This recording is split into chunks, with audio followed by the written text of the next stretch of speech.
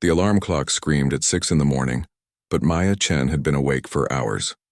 She sat on the edge of her narrow bed, staring at the school uniform laid out on her desk chair.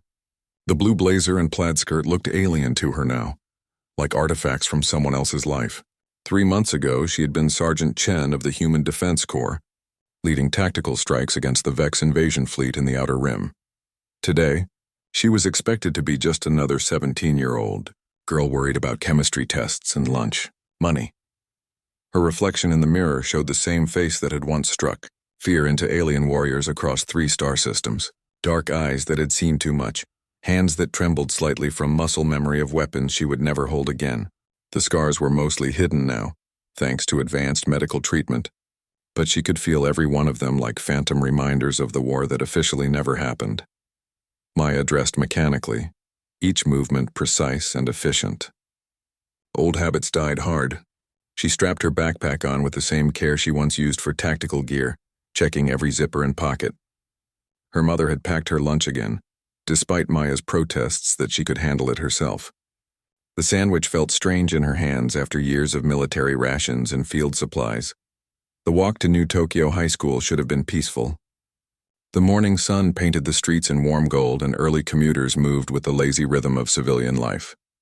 But Maya's enhanced hearing, a gift from military augmentation procedures, picked up every sound with crystal clarity. A car backfiring 3 blocks away made her drop into a combat crouch before she caught herself. A construction drill sounded too much like plasma fire for comfort. She forced herself to walk normally, but her eyes swept every corner and rooftop. The training never really left. During the war, constant vigilance had kept her squad alive through impossible odds. Now it made her stand out like a predator among sheep. The school gates loomed ahead, filled with chattering teenagers who had never seen the inside of a battlefield. Maya paused at the entrance, watching her new classmates laugh and gossip about things that seemed impossibly trivial. They complained about pop quizzes while she had once called in orbital strikes. They worried about weekend plans while she had held dying friends in her arms on distant moons. A group of girls her age walked past, discussing some drama involving social media and relationships. One of them glanced at Maya and whispered something to her friends. They giggled and moved on, probably commenting on the new girl who looked too serious, too intense for their comfortable world. Maya's hands clenched into fists before she forced them to relax. These people had no idea what she had sacrificed to keep their ignorant little lives safe.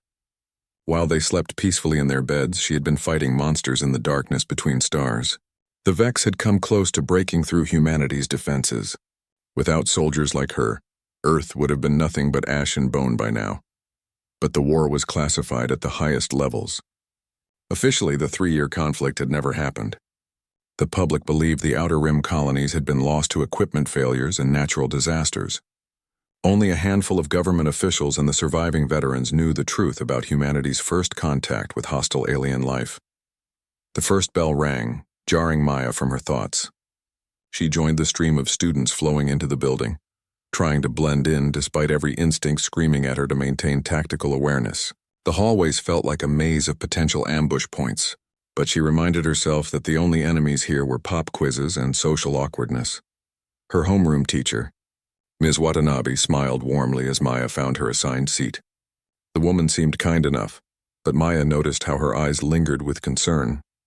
The school counselors had probably been briefed about the new transfer student with adjustment issues from her previous boarding school.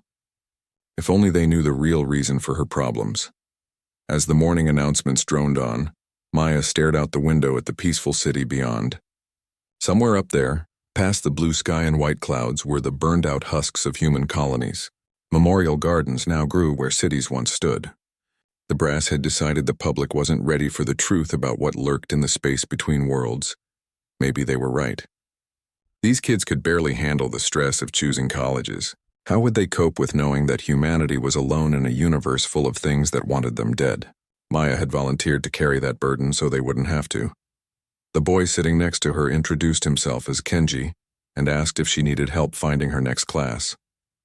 His smile was genuine and friendly, unmarked by the shadows that haunted every veteran's face.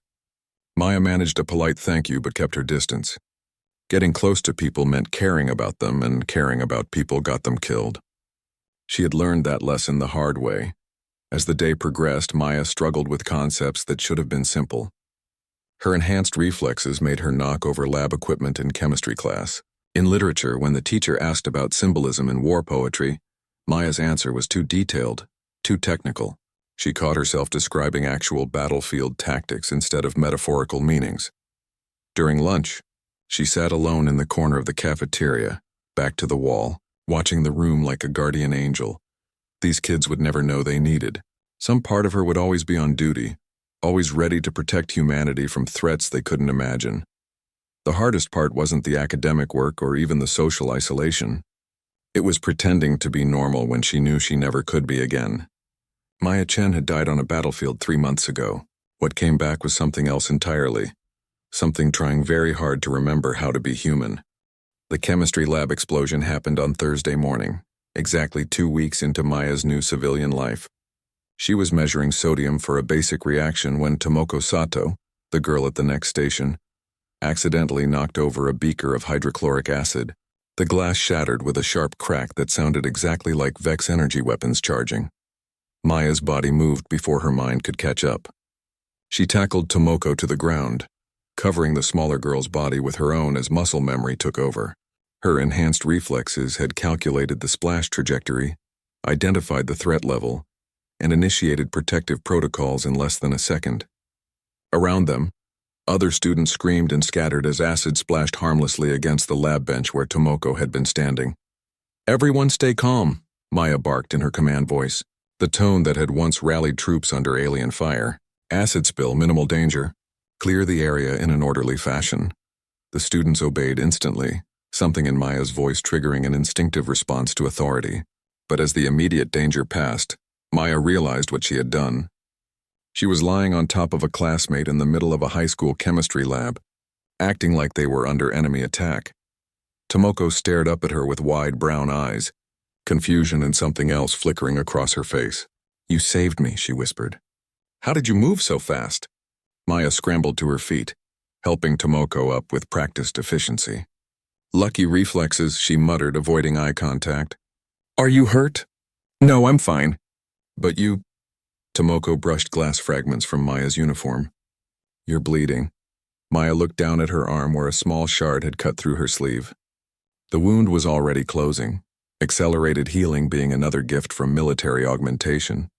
She pulled her sleeve down quickly, but not before Tomoko caught a glimpse of the scarred tissue beneath.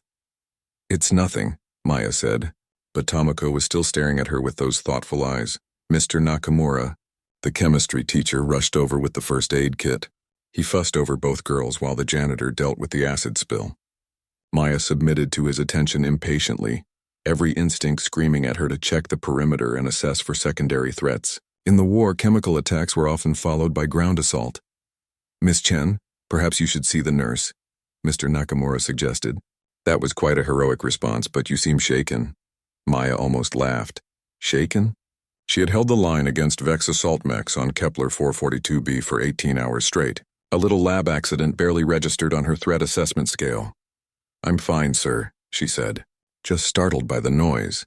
But as the class resumed, Maya noticed Tomoko watching her with increasing curiosity. The girl was small and quiet, with the kind of observant intelligence that reminded Maya of her old reconnaissance specialist, Davis. Davis had been good at noticing details others missed. It had kept them alive right up until the plasma mine took out his patrol on Europa. After class, Tomoko caught up with Maya in the hallway. "That wasn't normal reflexes," she said quietly. "I've never seen anyone move like that." "And your scars? Drop it," Maya said, walking faster. But Tomoko kept pace despite her shorter legs. "My uncle was military," Tomoko continued. "Special forces. He had the same look in his eyes that you do, like he was always watching for enemies." Maya stopped walking so abruptly that a group of first years had to swerve around them. "Your uncle?" "He never talked about his missions either. Classified stuff," he said, but sometimes he would space out during family dinners like he was somewhere else entirely. Tomoko studied Maya's face. Somewhere dangerous. Against her better judgment, Maya found herself asking, what happened to him? Training accident officially, but my aunt said he just stopped sleeping one day. Stopped eating, like something inside him had broken. Tomoko's voice dropped to a whisper. I think whatever he saw out there was too much for anyone to carry alone. Maya felt something cold settle in her stomach. She had known dozens of soldiers who came back broken from the war. The official term was adjustment disorder, but everyone knew it was deeper than that. Some things couldn't be unseen, some responsibilities couldn't be set down. "Why are you telling me this?" Maya asked. "Because you have the same look he did, and because when you saved me in there for just a second you looked relieved, like you remembered what you were really good at." Maya stared at this quiet girl who saw too much. In the war, she would have marked Tomoko as potential intelligence material. Smart, observant, good at reading people. Exactly the kind of person who could get herself killed by asking the wrong questions.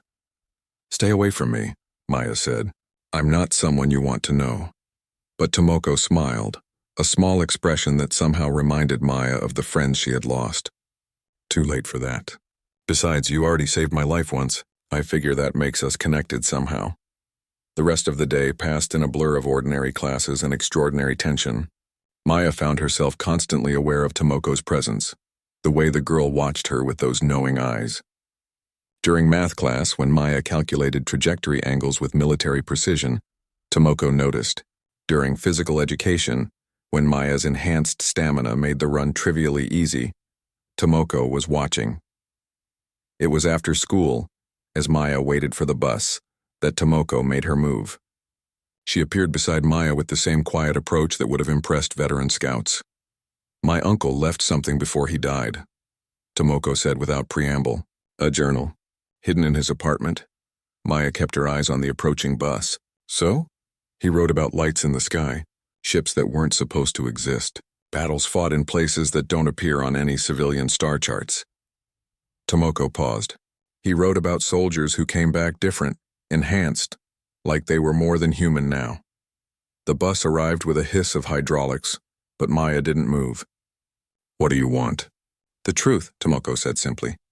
"My uncle died carrying secrets that ate him alive. I think you're carrying the same ones." Maya finally looked at her, seeing past the school uniform to the determined young woman beneath. "Some secrets are classified for good reasons. Maybe, or maybe they're classified because someone's afraid of how people would react." Tomoko stepped onto the bus, then turned back. "Either way, you shouldn't have to carry them alone." As the bus pulled away, Maya watched Tomoko through the window. The girl waved once, then settled into her seat with the satisfied expression of someone who had just made an important decision. Maya stood at the bus stop long after the vehicle disappeared, thinking about lonely soldiers and dangerous secrets. Somewhere in the city, a curious girl was probably reading her uncle's forbidden journal, piecing together fragments of humanity's hidden war. For the first time since returning to Earth, Maya Chen smiled. It wasn't a happy expression, but it was real. Maybe she wasn't as alone as she thought. Maya found the note in her locker Friday morning, wedged between her chemistry textbook and a stack of unfinished homework. The handwriting was careful and precise, exactly what she would expect from someone like Tomoko. "Meet me at the old observatory after school. Come alone. I found something you need to see." Maya crumpled the paper, then smoothed it out again. Every tactical instinct told her to ignore it, but curiosity was a harder enemy to defeat than any alien invasion force. Besides, what could one civilian girl possibly have discovered that posed a real threat? The abandoned Yamamoto Observatory sat on a hill overlooking the city, closed for decades due to budget cuts and urban light pollution. Maya arrived at sunset, her enhanced vision easily picking out Tomoko's small figure sitting on the front steps. The girl had somehow gotten inside the locked building. "You came," Tomoko said, standing as Maya approached. "I wasn't sure you would." "This is a bad idea," Maya replied. "Whatever you think you know, you should forget it." "I can't." Tomoko held up a worn leather journal. Not after reading this. She led Maya through a side door that had been carefully picked open. Inside, the observatory was dusty and neglected, but someone had set up a small camp in the main dome. Sleeping bag, battery-powered lanterns, and stacks of papers covered one of the old observation platforms. "I've been coming here for weeks," Tomoko explained, "ever since I found my uncle's journal." He mentioned this place in his final entries. Maya examined the setup with professional interest. Good sightlines, multiple exit routes concealed from casual observation. Tomoko's uncle had trained her well, probably without realizing it. "Show me." Maya said. Tomoko opened the journal to a page covered in diagrams and technical notes. Maya recognized military communication protocols and tactical symbols mixed with civilian astronomical observations. He was tracking something, Tomoko said. Ships moving through the outer system. Not human ships. Maya's blood went cold. The journal contained detailed observations of Vex fleet movements during the early stages of the war. Information that was supposed to be classified beyond top secret. Lieutenant Commander Hiroshi Sato, Maya read from the cover. Intelligence Division. He was my mother's brother. Officially, he died in a training accident on Luna Base, but these notes... Tomoko flipped through pages of increasingly frantic handwriting. He was tracking an invasion fleet. Maya sank into one of the old observation chairs, the weight of recognition settling over her. She remembered Lieutenant Commander Sato now. He had been part of the early warning network that detected the Vex advance. His intelligence reports had given humanity precious weeks to prepare defenses. He saved millions of lives, Maya said quietly. His work gave us time to evacuate the outer colonies before the attacks began. Tomoko stared at her. You know about this. You were there. Maya nodded slowly. Your uncle's reports reached my unit on Titan Base. We used his data to predict enemy movement patterns. She touched one of the tactical diagrams. This formation analysis helped us win the Battle of the Asteroid Belt. Then it's all true. Tomoko's voice was barely a whisper. The war, the aliens, everything he wrote about. Every word. The Vex came from somewhere beyond the galactic rim. We never found out where exactly. They hit the outer colonies first, testing our defenses. By the time we understood what we were facing, they had established forward bases on a dozen worlds. Maya found herself talking, the words spilling out after months of enforced silence. She told Tomoko about the early battles, the desperate evacuation of civilian populations, the development of new weapons and tactics to fight an enemy unlike anything in human experience. The Vex were organic mechanical hybrids, living ships with crystalline armor and energy weapons that could punch through battleship hulls. They were smart, adaptive, and completely ruthless.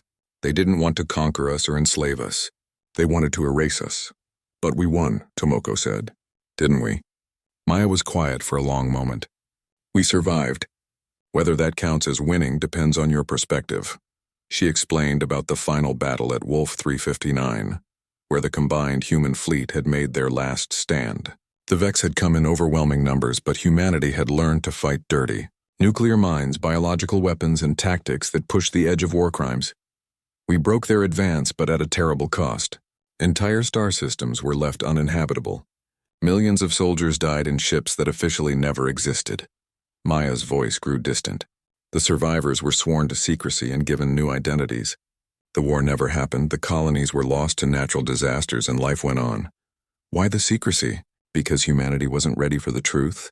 We barely survived our first contact with hostile alien life. If people knew how close we came to extinction, if they knew there might be other threats out there... Maya shrugged. Panic would have torn civilization apart. Tomoko was quiet, processing everything she had learned. Then she asked the question Maya had been dreading. What did the war do to you? Maya looked down at her hands, remembering the modifications that had saved her life and changed her forever. Enhanced reflexes, accelerated healing, improved sensory perception. They needed soldiers who could match alien capabilities. The scars I saw, surgery. They had to rebuild most of my nervous system after a Vex energy weapon overloaded my original augmentation package. Maya met Tomoko's eyes. I'm not entirely human anymore. None of the veterans are. That's why you can't fit in at school. I'm a living weapon trying to pretend I'm a normal teenager. It doesn't work very well. Tomoko closed her uncle's journal and set it aside. He wrote something in his final entry. The war may be over, but the watch continues. Someone has to remember. Someone has to be ready. Maya felt a chill that had nothing to do with the evening air. Ready for what? You tell me. You're the veteran. Maya stood and walked to the observatory's main telescope, its lens pointed uselessly at a sky hidden by city lights. But with her enhanced vision, she could see the stars clearly. Somewhere out there in the darkness between worlds, other threats might be gathering. The Vex weren't explorers or conquerors, she said. They were running from something. In their final transmissions, before we destroyed their command ships, they kept repeating the same phrase over and over. What phrase? Maya turned back to Tomoko, seeing her uncle's determination reflected in the girl's eyes. They kept saying the hunters come. We never found out what they meant. The two girls stood in the abandoned observatory as night fell over the city, sharing secrets that could reshape the world. Maya had found someone who could understand the weight she carried, and Tomoko had found the truth she had been seeking. But in the darkness above them, something moved between the stars. Something that had been watching Earth for months, waiting for the right moment to make contact. The war might be over, but Maya Chen was about to learn that some battles never really end. The attack came at 2:47 a.m. on a Tuesday, exactly 1 week after Maya's conversation with Tomoko at the observatory. Maya's enhanced hearing picked up the high-pitched whine of atmospheric entry vehicles. 60 seconds before the first explosions lit up the night sky over Tokyo, she was out of bed and reaching for weapons that weren't there before her conscious mind fully processed the threat. 3 months of civilian life evaporated in an instant as combat protocols reasserted themselves. Her augmented nervous system flooded her bloodstream with combat stimulants, and her enhanced senses mapped every sound and vibration in the surrounding blocks. The whine grew louder, more complex, multiple contacts moving in formation. Maya's tactical brain automatically began calculating approach vectors and likely landing zones. These weren't Vex ships. The signature was wrong, the attack pattern too sophisticated. She grabbed her phone and speed dialed a number she wasn't supposed to have. Command, this is Sergeant Chen. We have multiple unknown contacts over Tokyo.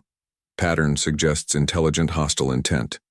The voice that answered was crisp and military, cutting through whatever official fiction they were supposed to maintain. Chen, you're supposed to be retired. What's your tactical assessment? At least 12 ships, frigate class or larger. They're jamming civilian communications, but I can still reach this frequency. Recommendation: immediate evacuation of population centers and activation of all available defense assets. Negative on public evacuation. Official position is equipment malfunction at the spaceport. We need you to maintain cover and report from civilian perspective. Maya stared at the phone in disbelief. Through her window, she could see streaks of light descending like falling stars, each one a ship capable of reducing city blocks to ash. Sir, with respect, the cover story won't hold when buildings start exploding. Your orders are to maintain civilian identity unless directly threatened. Command out. The line went dead, leaving Maya alone with the sound of approaching doom. She dressed quickly in dark clothing, old habits making her check every pocket and exit route. If command wanted her to maintain cover, she would. But she would do it her way. Tomoko lived 6 blocks away in a residential district that sat directly under the projected landing zone. Maya was moving before she consciously decided to go, muscle memory guiding her through back streets and alleyways with the efficiency of a guided missile. The first ship landed in Ueno Park with a sound like thunder. The impact crater was perfectly circular, exactly like the ones Maya remembered from the Outer Rim colonies. But when the dust cleared, what emerged wasn't Vex. The beings that stepped from the ship were tall and elegant, with silvery skin that seemed to shimmer in the park's emergency lighting. They moved with predatory grace, carrying weapons that hummed with contained energy. Maya counted 12 individuals spreading out in a search pattern that spoke of military training and hostile intent. She reached Tomoko's apartment building as the second ship landed 2 blocks away. The building was a modest 4-story structure, exactly the kind of civilian target that would be overlooked in a precision strike. Maya scaled the fire escape with enhanced agility, reaching Tomoko's 3rd-floor window in seconds. The girl was awake, standing at her window and watching the lights in the sky with the same analytical expression Maya had seen her use in chemistry class. Maya knocked softly on the glass. Tomoko opened the window without hesitation, as if she had been expecting this exact scenario. "They're not Vex," Tomoko said immediately. "The ship design is completely different. No, these are something new." Maya climbed through the window, noting how Tomoko had already dressed and packed a go-bag. "How did you—" "My uncle's journal. He predicted this might happen.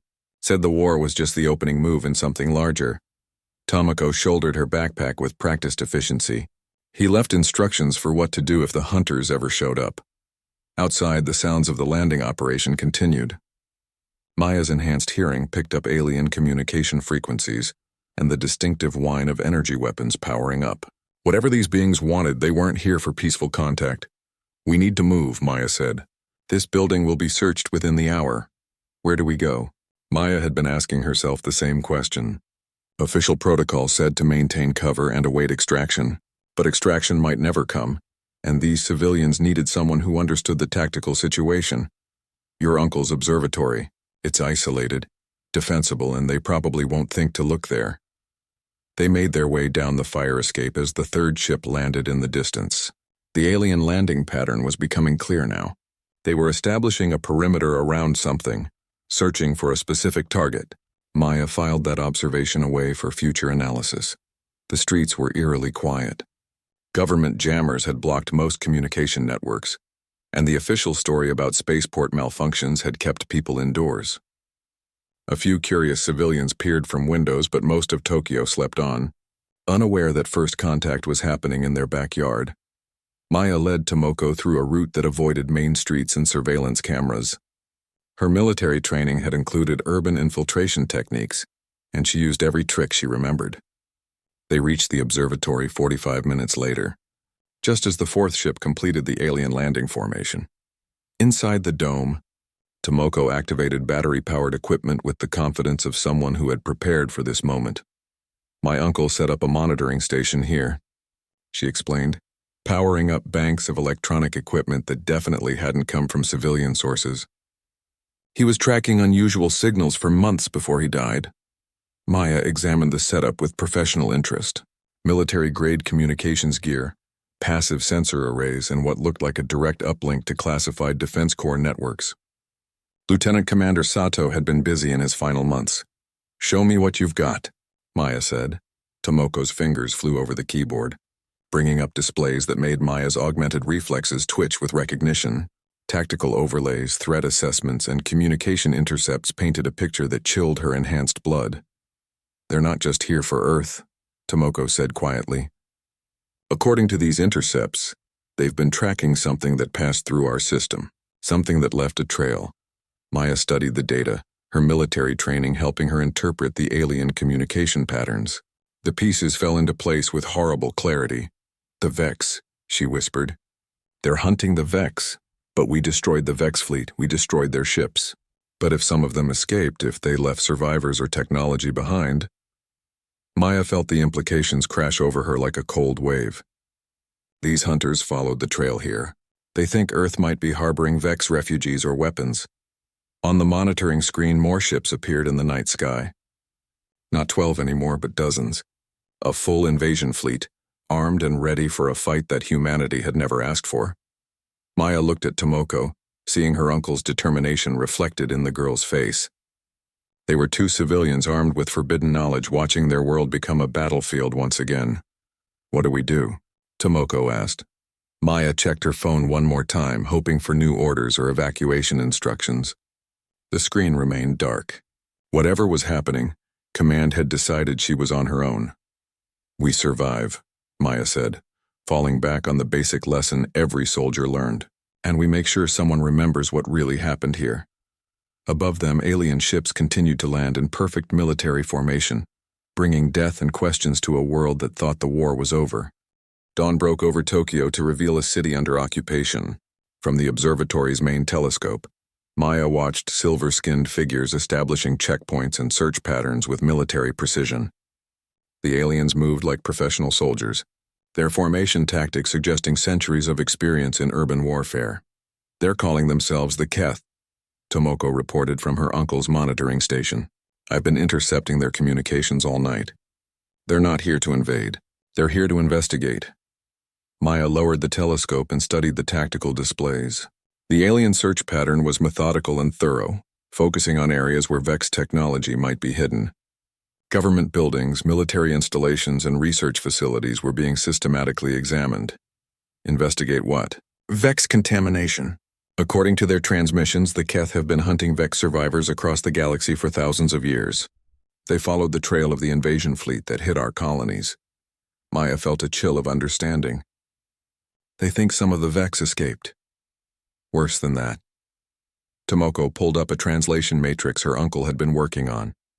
They think Earth might have captured Vex technology and tried to reverse engineer it. In their experience, that always leads to contamination and eventual transformation of the host species. Transformation into what? Into something like the Vex. The Keth call it technological absorption. Apparently, Vex biotech has a way of rewriting the genetic structure of other species. Turn them into hybrid creatures that are part organic, part machine. Maya stared at the readout, thinking about her own modifications. Enhanced reflexes, accelerated healing, improved sensory perception, all achieved through integration of captured Vex biotechnology that the government had claimed to understand and control. How many veterans received augmentation packages? She asked quietly. According to my uncle's files, about 3,000 survivors underwent enhancement procedures. Tomoko's voice was grim, all using technology reverse-engineered from Vex battlefield salvage. The implications hit Maya like a physical blow. She wasn't just a veteran struggling with civilian life. She was potentially a hybrid creature, a contaminated human carrying alien biotech that might be slowly rewriting her DNA. And she wasn't alone. We need to contact other veterans, Maya said. Warn them about what's happening.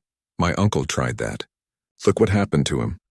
Tomoko brought up the final entries in her uncle's journal. Lieutenant Commander Sato had reached out to several veterans in the months before his death, trying to form a support network for soldiers dealing with enhancement-related problems. One by one, his contacts had disappeared or died in apparent accidents. Someone's been cleaning house, Maya realized. Eliminating veterans who asked too many questions. The government knows about the contamination risk. They've been monitoring enhanced veterans and eliminating anyone who shows signs of technological absorption. Maya examined her own hands, looking for signs of change. Her scars had healed with unusual speed. Her reflexes were faster than any human should possess, and her sensory perception bordered on supernatural. How much of that was enhancement and how much was alien contamination? We need to get out of the city, she said. The Keth will find the monitoring station eventually, and when they do, they'll trace it back to my uncle's network. I know. Tomoko was already packing essential equipment. But where can we go? The Keth have orbital surveillance, and our own government wants us dead. Maya thought about the problem with tactical precision. They needed allies, resources, and information. Most importantly, they needed to contact other enhanced veterans and warn them about what was coming. Your uncle's journal mentioned safe houses, places where veterans could hide if things went bad. There's one about 60 kilometers north of here, an old mining facility in the mountains. But Maya, if the other veterans are contaminated, then we need to find out how bad it is and whether it can be stopped. Maya shouldered her backpack, checking that she had everything essential. The Keth wouldn't send a full investigation fleet unless they thought the contamination was serious. They left the observatory under cover of morning fog, using maintenance tunnels and service roads to avoid alien patrols. Maya's enhanced senses made her an excellent scout, while Tomoko's knowledge of her uncle's escape routes kept them away from known surveillance points. The journey to the mountains took 6 hours of careful movement. They saw Keth patrols twice, silvery figures moving through the forest with the same predatory grace Maya had observed in the city. Each time, Maya's combat instincts screamed at her to engage, but she forced herself to remain hidden. 2 civilians couldn't fight an occupation force. The mining facility was exactly what Maya had expected. Remote, defensible, and equipped with underground shelters that could hide a small group for months. But as they approached the main entrance, Maya's enhanced hearing picked up voices from inside the complex. Someone's already here, she whispered to Tomoko. They circled the facility, using natural cover to observe the situation. Through a grimy window, Maya saw 3 figures sitting around a makeshift table. All of them had the enhanced physique and alert posture she recognized from other veterans. Enhanced soldiers, she confirmed. Probably other survivors from your uncle's network. Maya approached the facility's front entrance and knocked in the pattern Tomoko had memorized from her uncle's notes. The voices inside stopped immediately, and Maya heard the distinctive sound of weapons being readied. Who's there? A voice called out. Sergeant Maya Chen, 15th Tactical Battalion. I've got a civilian with intelligence on the current situation. The door opened to reveal a woman about Maya's age with the same enhanced build and alert eyes. Behind her stood 2 men, both carrying military-grade weapons that definitely weren't legal for civilian possession. I'm Lieutenant Sarah Park, the woman said. These are Corporals Wilson and Tanaka. We've been expecting someone like you. Expecting us? Lieutenant Commander Sato sent out warnings before he died. Told us to watch for signs of alien investigation teams. When the ship started landing last night, you knew this was coming? We suspected. Enhanced veterans have been disappearing for months. Some died in accidents, others just vanished. Those of us who survived started connecting the dots. Maya and Tomoko entered the facility, finding it converted into a small command center. Maps, communication equipment, and weapons caches filled what had once been mining offices. How many veterans are left? Maya asked. Maybe 100 worldwide. The rest are dead or missing. Lieutenant Park gestured to a wall covered with photographs and status reports. We've been trying to figure out what makes some of us targets and others invisible. Tomoko studied the data with the same analytical approach she used for school projects. The disappearances started 6 months ago. That's when the first Keth scout ships would have reached Earth's outer system. You think our own government is working with the aliens?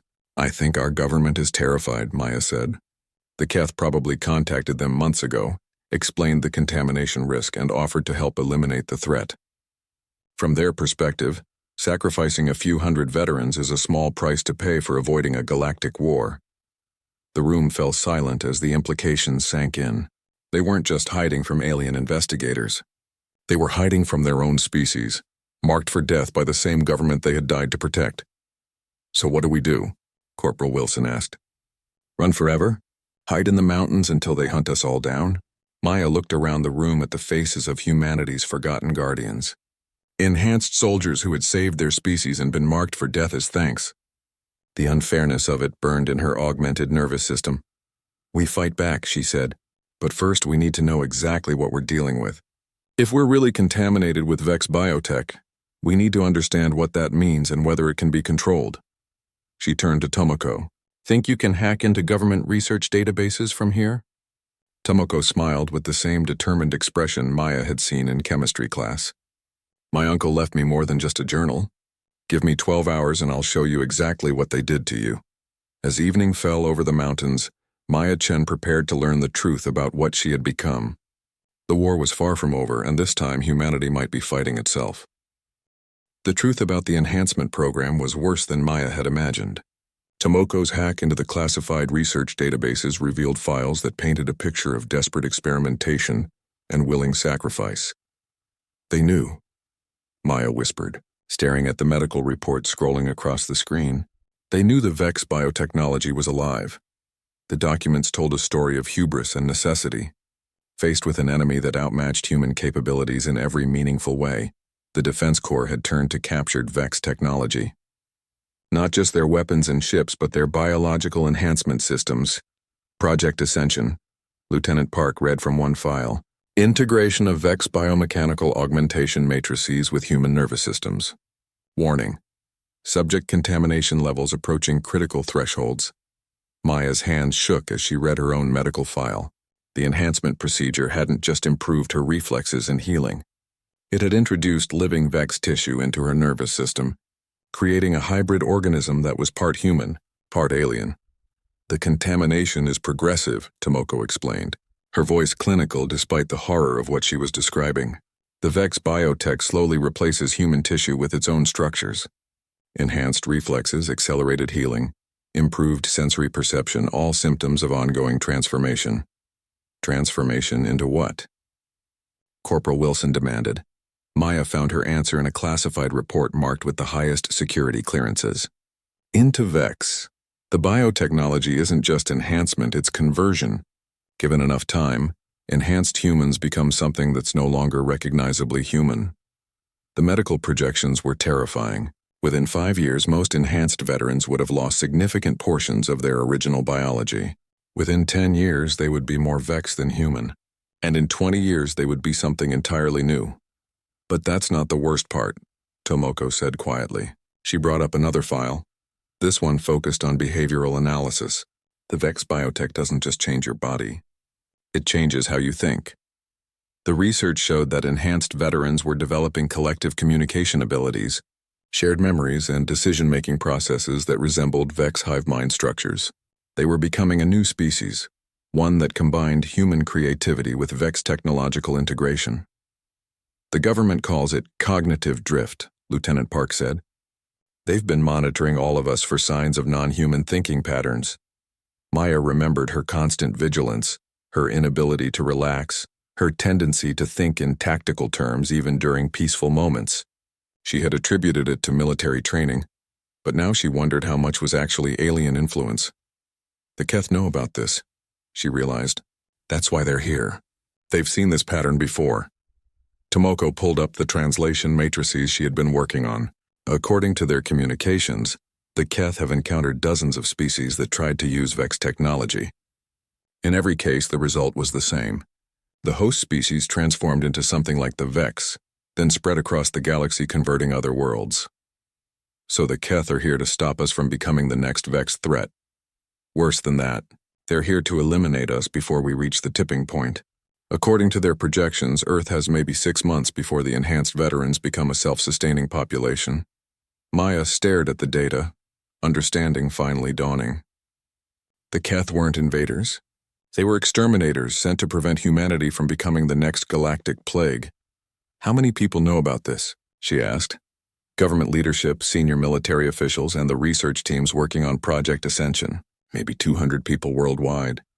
Tomoko's expression was grim. They've been planning to eliminate all enhanced veterans for months. The Keth arrival just gave them cover to accelerate the timeline. So our own government marked us for death to save the rest of humanity. Can you blame them? Corporal Tanaka spoke for the first time, his voice hollow. If we really are turning into something that will threaten other world, we don't know that, Maya interrupted. The projections are based on other species, not humans. We might be different. Different how? Maya thought about the question, trying to analyze her own changes objectively. The Vex biotech had enhanced her capabilities, but had it changed her fundamental nature? She still cared about protecting innocent people. She still felt loyalty to her fellow humans. She still wanted to find a way to save both species. We're still human where it matters, she said. Our values, our connections to each other, our desire to protect those we care about. The Vex were a hive mind focused on expansion and conversion. We're individuals working together by choice. That might not matter to the Keth, Lieutenant Park pointed out. From their perspective, we're a contamination risk that needs to be eliminated. Maya stood and walked to the window, looking out at the mountain landscape. Somewhere down in the valleys, Keith search teams were methodically hunting for veterans like her, and somewhere in government bunkers, human officials were probably providing target lists and tactical support. There has to be another way, she said, some option besides extinction or transformation. Tomoko was still working at the computer, diving deeper into the research files. Maya, look at this. There's something called the Barcelona Protocol in these files, a potential treatment for Vex contamination. The protocol described experimental procedures designed to halt or reverse the transformation process. The research was incomplete, but it suggested that early-stage contamination might be treatable with specially designed nanobots that could identify and remove Vex tissue. It was never tested, Lieutenant Park observed. Too risky for human subjects. Riskier than becoming aliens? Maya asked. We need to find the research team that developed this protocol. If there's a chance it could work. The lead researcher was Dr. Elena Vasquez at the Tokyo Medical Research Institute. Tomoko read. But Maya, that's right in the middle of the Keth occupation zone. Maya felt her enhanced reflexes calculating distances, patrol patterns, and infiltration routes. The old Maya would have seen an impossible mission. The new Maya saw a complex but achievable tactical problem. Then we go to Tokyo, she said. We find Dr. Vasquez, we get the Barcelona Protocol, and we prove that humans can solve this problem without genocide. That's suicide, Corporal Wilson protested. The city is crawling with Keth patrols and government forces looking for us. Maybe. But what's the alternative? Hide in the mountains until they hunt us down one by one? Let our own species murder us to appease alien investigators? Maya turned back to the group. I didn't survive the Vex War just to die as a political convenience. Lieutenant Park was studying the tactical situation with professional interest. It would take all of us. A coordinated infiltration operation with multiple fallback positions. Are you seriously considering this? I'm considering that we have a choice between dying with dignity or dying as victims, Park replied. Personally, I prefer dignity. Maya looked around the room at the faces of her fellow veterans. Enhanced soldiers who had saved humanity and been marked for death as thanks. They had given everything for their species and their species had abandoned them, but they were still human where it mattered. And humans didn't give up without a fight. Then it's settled, Maya said. We go to Tokyo, we find the cure, and we prove that humanity is worth saving. All of humanity. As the mountain night settled around them, Maya Chen and her fellow veterans began planning the most important mission of their lives, not to save their world from alien invasion, but to save themselves from their own species' fear. The infiltration of Tokyo took 3 days of careful movement through territory controlled by both alien investigators and human forces hunting their own veterans. Maya led the team with the tactical precision that had kept her alive through the Vex War, but this mission felt different. They weren't fighting to destroy an enemy. They were fighting to prove that coexistence was possible. Dr. Elena Vasquez was exactly where Tomoko's research had predicted. The Tokyo Medical Research Institute had been converted into a Keth examination facility, where alien scientists worked alongside human researchers to analyze Vex contamination samples. Maya watched the building through enhanced vision, noting the cooperation between species that should have been enemies. The Keth aren't monsters, she realized. They're trying to help. Help by killing us. Lieutenant Park pointed out. Help by preventing us from becoming something that would threaten the galaxy. Maya studied the alien researchers through the Institute's windows. They've done this before. Probably dozens of times. From their perspective, we're a contamination problem to be solved. And from our perspective, we're human beings trying to survive. Maya turned to Tomoko. Think you can get us inside without triggering security? Tomoko had been studying the building's layout for hours, using equipment her uncle had taught her to operate. Service entrance on the north side. Minimal surveillance, but we'll have to move fast once we're inside. The infiltration went smoothly until they reached the laboratory level. Maya's enhanced hearing picked up voices speaking in both human languages and the crystalline tones of Keth communication. Through a laboratory window, she saw Dr. Vasquez working alongside a tall, silver-skinned alien researcher. They're collaborating, Corporal Wilson whispered. Humans and aliens working together. Maya watched the scene with growing understanding. The human and alien researchers were examining tissue samples, sharing data, and working toward a common goal. This wasn't occupation or exploitation. It was scientific cooperation between species faced with a mutual threat. We need to talk to them, Maya decided. That's not the plan, Lieutenant Park protested. We grab the research data and get out. The plan just changed. Maya stood and walked toward the laboratory entrance. If they're working together, maybe there's another solution. She knocked on the laboratory door, her enhanced reflexes ready for immediate combat if necessary. But when Dr. Vasquez opened the door, the woman's expression showed surprise rather than fear. Sergeant Chen, what are you doing here? You know who I am? I know all the enhanced veterans. I designed the augmentation protocols that saved your lives. Dr. Vasquez stepped aside, allowing Maya to enter the laboratory. I've been wondering when one of you would find me. The Keth researcher was tall and elegant, with silver skin that seemed to shimmer in the laboratory lighting. When it spoke, its voice was melodious and surprisingly warm. Sergeant Chen, your reputation precedes you. I am Research Coordinator Zethaval of the Keth Collective. Maya felt her combat instincts activate, but she forced herself to remain calm. You're hunting my people. We are investigating a potential contamination crisis that could threaten multiple star systems, Zethaval replied. The Vex biotechnology in your nervous system is extremely dangerous. Dangerous to who? To everyone, including yourselves. Dr. Vasquez gestured to the tissue samples covering her laboratory tables. Maya, the Vex biotech isn't just changing your body. It's rewriting your genetic structure at the cellular level. She explained what the research had revealed.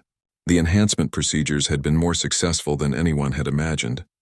The Vex biotechnology had integrated so completely with human biology that it was creating something entirely new. Not human, not Vex, but a hybrid species with capabilities that surpassed both parent organisms. The transformation is accelerating, Zethaval added. Within 2 years, most enhanced veterans will have completed the transition. You will become something that has never existed before in galactic history. Something dangerous, something unknown. And the unknown is always dangerous when it involves Vex biotechnology. Maya studied the research data, her enhanced intellect processing complex genetic analyses with increasing clarity. The Keth weren't wrong. The transformation was real, accelerating and potentially irreversible. But there was something else in the data, something that both species had missed. "You're looking at this wrong," she said suddenly. "You're so focused on the contamination that you're missing the bigger picture." "What bigger picture?"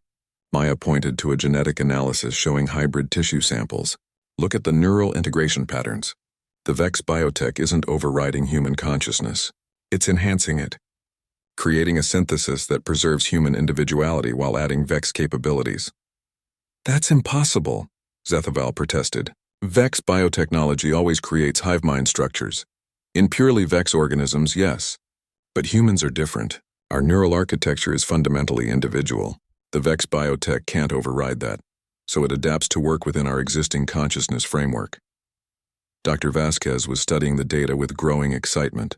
Maya's right. The enhanced veterans aren't becoming Vex. They're becoming something that combines the best aspects of both species. "Even if that's true," Zethaval said, "the risk remains unacceptable.